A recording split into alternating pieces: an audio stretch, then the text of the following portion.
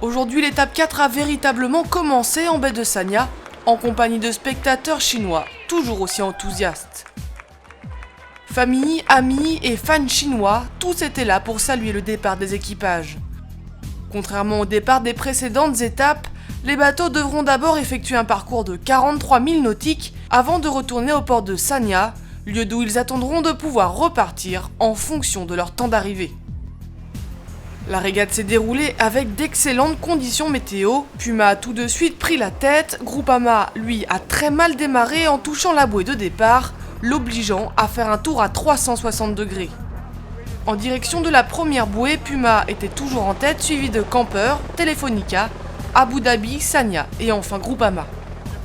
Le classement était toujours le même au passage de la bouée numéro 2.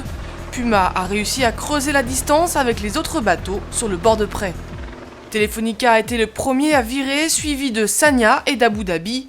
Puma, Camper et Groupama ont décidé, eux, de rester du côté droit du parcours, scindant les bateaux en deux groupes. À l'approche de la bouée numéro 3, l'avance semblait nettement en faveur du groupe resté à droite du parcours. Puma et Camper ont compté presque une minute d'avance sur Abu Dhabi, Telefonica, Groupama et Sanya.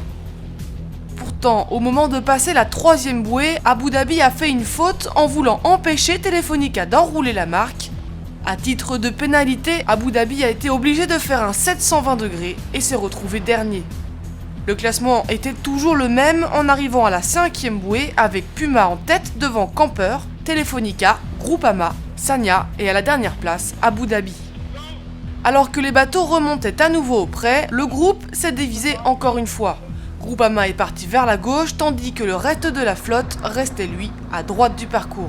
À la bouée 6, Puma dominait toujours Camper de plus d'une minute, suivi de près par Telefonica devant Groupama, Sanya et Abu Dhabi. Yang Wei, gymnaste chinois médaillé d'or aux Jeux Olympiques et invité à bord de Camper, a fait une belle démonstration de son talent. Alors que les bateaux se dirigeaient vers la statue de Guanyin, un problème surgit à bord de Camper. Alors qu'ils ferlaient leur voile, l'une d'elles s'est coincée, les reléguant en dernière position.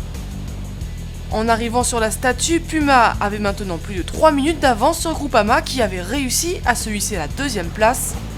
Les Français comptaient une avance d'1 minute 30 sur Telefonica en troisième position, suivi de Camper, d'Abu Dhabi et de Sanya, maintenant à la dernière place. Mais tout a changé quand les bateaux se sont dirigés vers le port. Seul Puma entreprit d'aller chercher du vent plus au large. Malheureusement pour eux, l'air n'est jamais venu, les faisant passer de la première à la dernière place. C'est donc Telefonica qui a franchi la ligne d'arrivée en tête avec 2 minutes d'avance sur Groupama. Abu Dhabi termine 3ème, Sanya coupe la ligne 4 minutes après eux, Camper après 1 minute 30 et Puma a fini par couper la ligne 30 minutes après les Néo-Zélandais.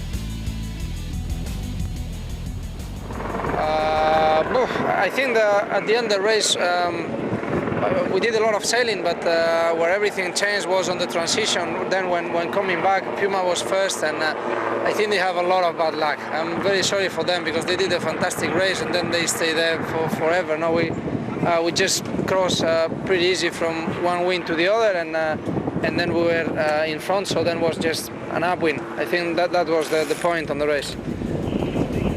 Demain matin, le départ sera donné à 7h heure locale. Restez donc connectés sur www.volvooceanracelorient.com pour suivre cette grande étape vers Auckland.